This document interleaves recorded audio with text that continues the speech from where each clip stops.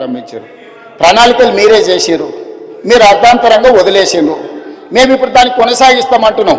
మీరు మొదలుపెట్టినప్పుడు 10,000 కుటుంబాలను మేము బుల్డోజ్ చేసి కొట్టేస్తామని మీరు మాట్లాడింది సభలో ఉంది. ఆనాటి మాజీ ముఖ్యమంత్రి గారు ఈ రోజు ఉన్న 2016లో వాళ్ళే బఫర్, మూసీ నది పక్కన 50 మీటర్ల బఫర్ జోన్ కూడా వాళ్ళే నిర్ణయించారు. ఆ రోజు మేము నిర్ణయించలే. ఈ రోజు మేము అమలు చేస్తామంటే మీకున్న అభ్యంతరం ఏంది? ప్రభుత్వం అధికారికంగా కార్యక్రమాన్ని ఏర్పాటు చేసింది. అయ్యా, దీన్ని ముందు కొనసాగించడానికి ఏం చేయాలో మీకు సలహాలు సూచనలు ఇవ్వండి, ప్రభుత్వం ఆమోదిస్తుందని. సలహాలు సూచనలు ఇవ్వడానికి రాలేదు. ఆన్లైన్లో పెట్టినాము. ఆన్లైన్లో పెట్టినప్పుడు దాన్ని చూసి ఏం సలహాలు ఇస్తారో ఇవ్వండి. ఆపాలనే ఆలోచన తప్ప మీరు ఏ సూచన అయినా చేయండి. ఈరోజు మూసీ నది ప్రక్షాళన అత్యవసరము. నల్గొండ జిల్లా ప్రజల్ని ఒకసారి గుర్తు చేసుకుంటే ఎవ్వరు కూడా దీన్ని ఆపే ప్రయత్నం చేయరు. ఈరోజు రంగారెడ్డి జిల్లా హైదరాబాదులో ఉండే కాలుష్యము, పరిశ్రమలు, శవాల కలేబరాలు, మనుషుల శవాలతో సహా కొట్టుకుపోయి నల్గొండకు ప్రాణాంతకంగా తయారైంది అధ్యక్ష. నేను నవంబర్ 8, 2025 నాడు 2024 నాడు అక్కడికి 2024 నవంబర్ 8 రోజు నేను పోయి పాదయాత్ర చేస్తే ఆ ప్రాంతంలో మహిళలు వచ్చి చాలా ఆవేదన భరితమైన అంశాలు నా దృష్టికి తీసుకొచ్చారు. కొత్తగా పెళ్ళైతే పిల్లలు ఎవరు ఆ ప్రాంతంలో ఉండడం లేదు. అక్కడ పండించిన పంటలు తిన్నా, అక్కడ బోర్లలో నీళ్లు తాగినా పుట్టబోయే పిల్లల మీద విపరీతమైన ప్రభావం చూపిస్తుందని చెప్పి మహిళలు వచ్చి చెప్పినప్పుడు నేను ఆలోచన చేసిన అధ్యక్ష, వీళ్ళకు విముక్తి కలిగించాలి కదా, మనకు అవకాశం వచ్చినప్పుడు ఒక మంచి పని చేయాలి కదా, ఆ మంచి పని చేయడానికి మనం ప్రయత్నం చేయాలి కదా అని ప్రణాళికలు రచించినాం అధ్యక్ష. ఆ ప్రణాళికలలో మీరు అందరు చదువుకున్నోళ్ళే కదా, ఆడ డాక్టర్లు ఉన్నారు, మేధావులు ఉన్నారు, చాలా సంవత్సరాలు ప్రజల కోసం పనిచేసిన అని చెప్పుకునే వాళ్ళు ఉన్నారు. మీరు చదవండి, డాక్యుమెంట్లో మీరు సజెషన్ ఇవ్వండి. ఆపాలు అనేది కాకుండా ముందుకు వెళ్ళడానికి అవసరమైన మీ సలహాలు ఇవ్వండి. మీరు సలహాలు ఇస్తే మాకు అభ్యంతరం లేదు. ఆ సలహాలను మా ప్రభుత్వం స్వీకరిస్తుంది. అంతే తప్ప మేము చెయ్యలేము, మేము ఆపేస్తామనే విధానము ఎవరికి మంచిది కాదు. దయచేసి చైర్మన్ సార్, మీ ద్వారా ప్రధాన ప్రతిపక్షానికి నా సూచన ఒక్కటే, మీరు ఏం సలహాలు ఇస్తారో ఇవ్వండి. నిరభ్యంతరంగా మేము వాటిని స్వీకరిస్తాం. ప్రజలకు ఉపయోగపడేది ఉంటే 100% వాటిని అమలు చేస్తాం. మీరు ప్రాజెక్టును ఆపాలన్న ఆలోచన నుంచి బయటకు వచ్చి రాజకీయ ప్రయోజనము, రాజకీయ కక్షని పక్కన పెట్టేసి మీరు ముందుకొచ్చి ఏమైనా సూచన చేయండి. ఈ ప్రభుత్వం ఓపెన్ మైండ్తో ఉంది.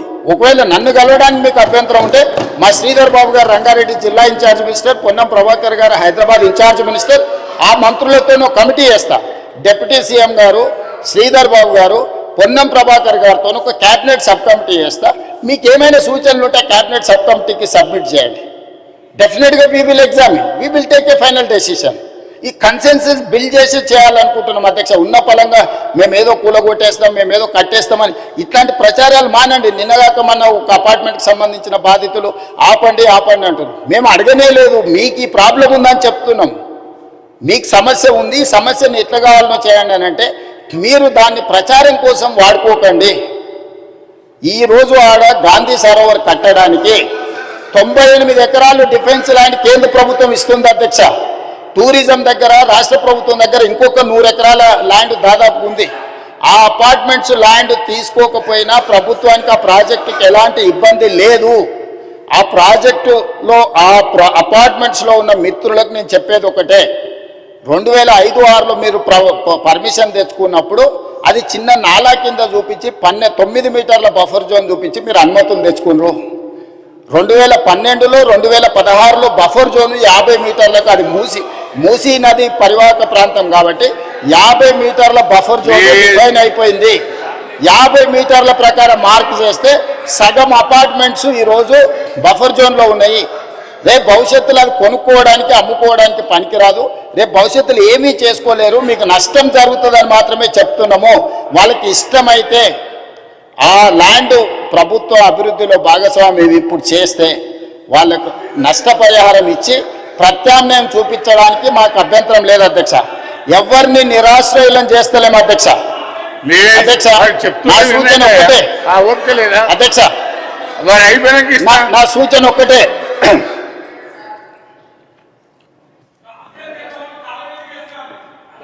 అదే చైర్మన్ సార్, మూసీ పరివాహక ప్రాంతంలో ఉన్న ఎవరైతే నివసిస్తున్నారో తమరి ద్వారా రాష్ట్ర ప్రభుత్వం ఇస్తున్న మాట, ఎవరిని నిరాశ్రయులను చెయ్యము, పునరావాసం కల్పిస్తాము.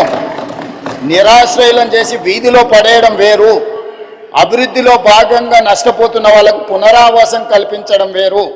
రాష్ట్ర ప్రభుత్వం ప్రతి ఒక్కరికి పునరావాసం కల్పిస్తుంది, మెరుగైన జీవన విధానానికి అవసరమైన ప్రమాణాలను పెంచుతుంది, విద్య వైద్యాన్ని అందిస్తుంది, మహిళా సంఘాలకు వ్యాపారం చేసుకోవడానికి అవసరమైన ఆర్థిక సహాయాన్ని అందిస్తుంది. ఎవరిని కూడా నిరాశ్రయులను చెయ్యము. తమరి ద్వారా ఆ నిర్వాసితులని వీళ్ళు ఏదైతే వాళ్ళని ఉసిగొల్పుతున్నారో వాళ్ళకి నేను మాటిస్తున్నా అధ్యక్ష, ఏ ఒక్కరికి కూడా నష్టం చెయ్యము. మీకు మెరుగైన వసతులను ఏర్పాటు చేసి మిమ్మల్ని తరలిస్తాము. కాబట్టి ప్రాజెక్టు నిర్మించుకుంటూనే దానివల్ల ఎవరికైనా ఇబ్బంది కలిగితే వాళ్ళకి ప్రత్యామ్నాయ ఏర్పాట్లు చేద్దాం అధ్యక్ష. మీరు స్పష్టంగా సభ్యులందరూ కూడా మీరు చెప్పండి అధ్యక్ష.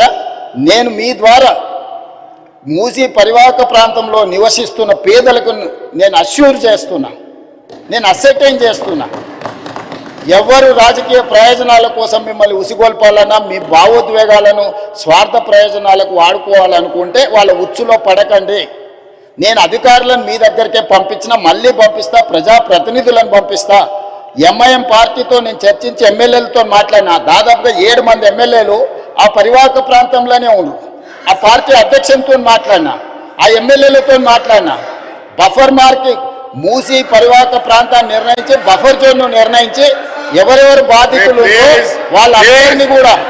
వాళ్ళందరినీ కూడా ఏ రకంగా వాళ్ళకి సహాయం అందించాలో ఆ సహాయం అందించే బాధ్యత ఈరోజు ప్రభుత్వం తీసుకుంటుంది. కాబట్టి దయచేసి అపోహలు సృష్టించకండి, అనవసరమైన రాద్ధాంతం చెయ్యకండి. హైదరాబాదు నగరాన్ని అభివృద్ధి చేసుకుందాం. సభ్యులు ఒక మంచి ప్రశ్న అడిగారు, అందుకే సుదీర్ఘంగా తమరి ద్వారా నగర ప్రజలకు రాష్ట్ర ప్రజలకు వివరించే అవకాశం కల్పించినందుకు తమరికి ధన్యవాదాలు తెలియజేస్తున్నా అధ్యక్ష. శ్రీధర్ బాబు గారు క్వశ్చన్ క్లోజ్ చేయండి. అధ్యక్ష, గౌరవనీయులు మహేష్ కుమార్ గౌడ్ గారు, దయాకర్ గారు